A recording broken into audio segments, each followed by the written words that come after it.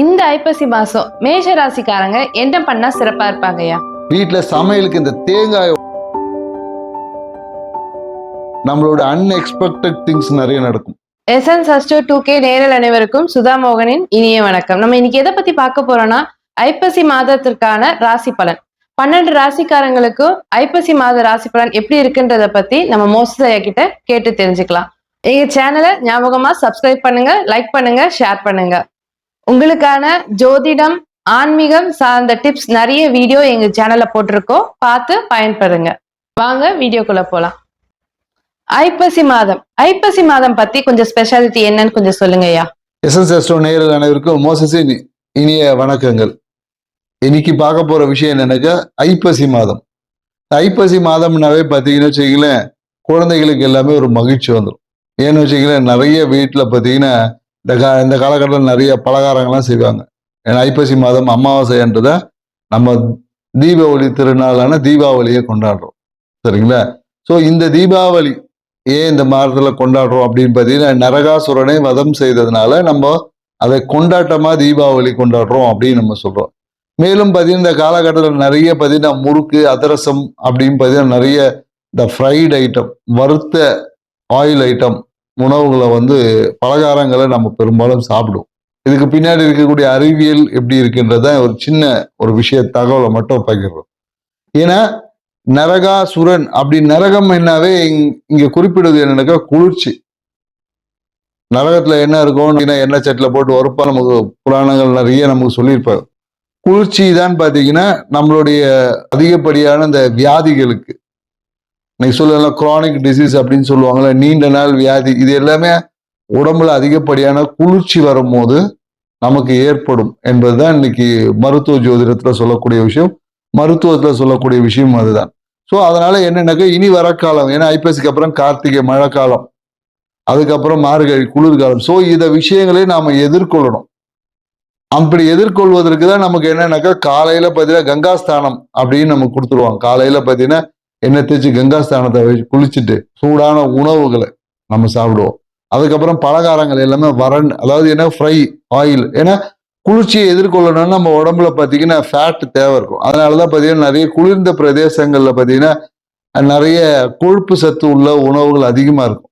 நீர்த்தன்மை, கொழுப்பு சத்து உள்ள உணவுகள் அதிகமா இருக்கும். பருவ காலங்களை எதிர்கொள்வதற்கான ஒரு சூட்சும ரகசியத்தையும் இதுக்குள்ள நம்ம முன்னோர்கள் வச்சிருப்பாங்க. அதான் நம்ம பார்த்தீங்கன்னா யம தீபம் அப்படின்னு ஒன்று ஏற்றுவாங்க. ஏன்னா யமன்னாவே குளிர்ச்சி. ஏன்னா அதுக்கு பின்னாடி நிறைய விஷயங்கள் போனால் ரொம்ப டீட்டெயில போனோம். அதனாலதான் நம்ம யம தீபம் இந்த காலத்துல குளிரை வெப்பத்தால எதிர்கொள்ள தயாராகிக்கணும். அதனாலதான் நமக்கு யம தீபம் ஏற்றுவாங்க.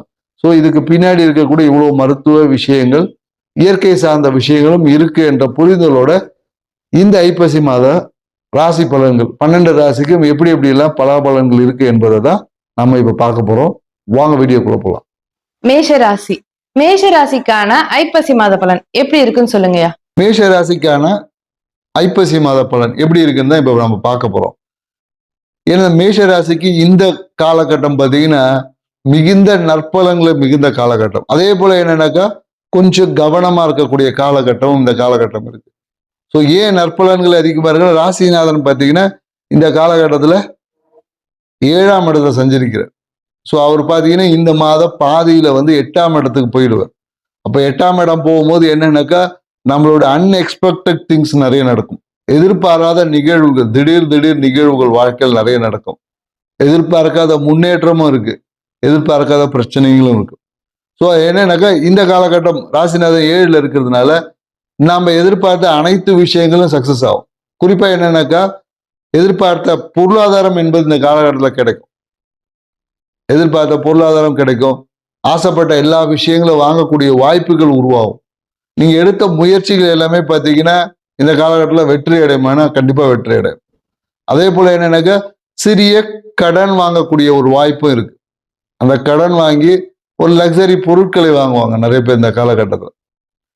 அதே போல என்னன்னாக்கா இந்த காலகட்டத்தில் மனைவி சார்ந்த விஷயத்துல கொஞ்சம், வாழ்க்கை துணை சார்ந்த விஷயத்துல கொஞ்சம் கவனமான போக்கும் தேவை.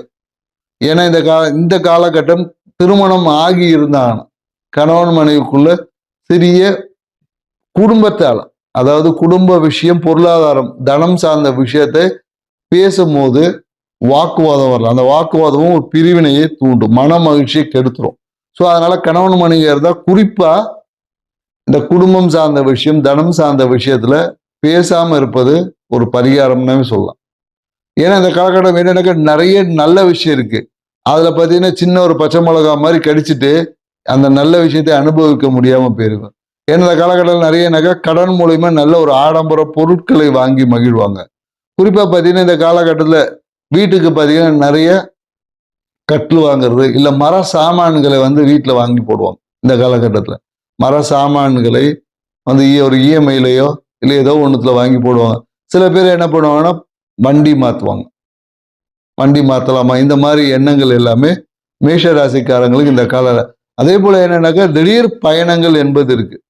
ஒரு பிளானே பண்ணியிருக்க மாட்டாங்க, இல்ல பிளான் பண்ணி பார்த்து என்னடா நடக்காதா நடக்காதா அப்படின்னு சொல்லிட்டு ஏதோ ஒரு விஷயம் விட்டுருப்பாங்க. அப்ப திடீர்னு பாத்தீங்கன்னா உடனடியாக நீங்க பயணம் பண்ணணும் அப்படின்ற மாதிரி, அது குறிப்பா படிப்பு விஷயத்துக்காக இருக்கலாம், இல்ல தொழில் ரீதியான பயணங்கள் எல்லாமே இந்த காலம் இருக்கு. அதே போல என்னன்னாக்கா எதிர்பார்க்காத திடீர் நன்மைகள், இல்ல ப்ரொமோஷன் வந்து டக்கு ரீதியான ஒரு அதிர்ஷ்டம் என்பது, திடீர் அதிர்ஷ்டம் மாதிரி டக்குன்னு ஒரு நல்ல வேலை கிடைக்கும்.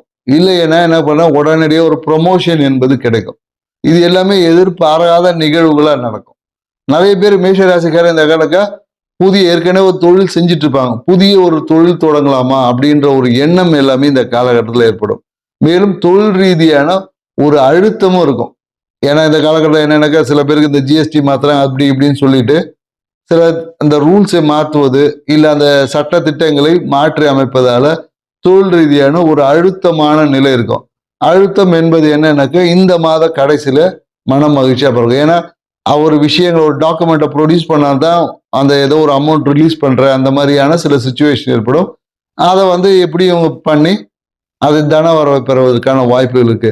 ஏன்னா இந்த காலகட்டத்தில் மேஷராசி ரொம்ப கவனமா இருக்கணும். ஏன்னா இவங்களே போய் தேவையில்லாத ஏதோ ஒரு சட்ட சிக்கல்களை இருப்பான். ஏன்னா இந்த காலகட்டத்தில் கருத்து வேறுபாடுகளையும் ஏற்படுவதற்கான வாய்ப்புகள் என்பது இருக்கு. அதனால இந்த மாதம் மேஷ ராசிக்காரங்களுக்கு மிகுந்த இந்த ஒரு விஷயத்தை குறிப்பா என்னன்னாக்கா பேசக்கூடிய விஷயங்களை மிகுந்த எச்சரிக்கையோட இருங்க.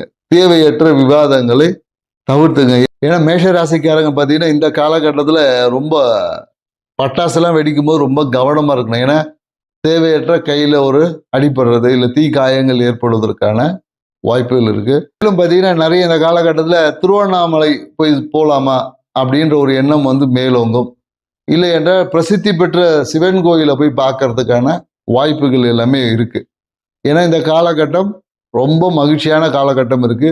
சில இடங்களில் கணவன் மனைவி உறவுல அந்த குடும்பம் சார்ந்த விஷயத்துல கொஞ்சம் கவனமான போக்கை கையாளும் போது இந்த மாதம் உங்கள் வாழ்க்கையில் அனைத்து நன்மைகளை கூட அளிக்கக்கூடிய ஒரு மாதமா இருக்கு. கவனமா இருந்தீங்கன்னா வாழ்க்கை சிறப்பா இருக்கும். இந்த ஐப்பசி மாசம் மேஷ ராசிக்காரங்க என்ன பண்ணா சிறப்பா இருப்பாங்கய்யா?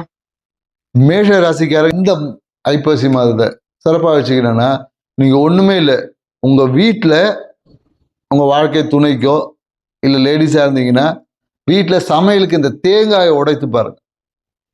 ஏன்னா தேங்காய் உடைக்கும் போது உங்க வாழ்க்கையில் இருக்கிற பல இன்னல்கள் உடைக்கப்படும். சமையலுக்கு தேங்காய் உடைச்சு கொடுத்து பாருங்க, உங்க வாழ்க்கை சிறப்பா இருக்கும். அப்படி இல்லைன்னா செவ்வாய்க்கிழமையில விநாயகர் கோயிலுக்கு ஒரு சேதர தேங்காய் உடைச்சு பாருங்க, உங்க வாழ்க்கை சூப்பரா இருக்குங்க. செஞ்சு பாருங்க, வாழ்க்கை சிறப்பாக்கும். நன்றி, வணக்கம்.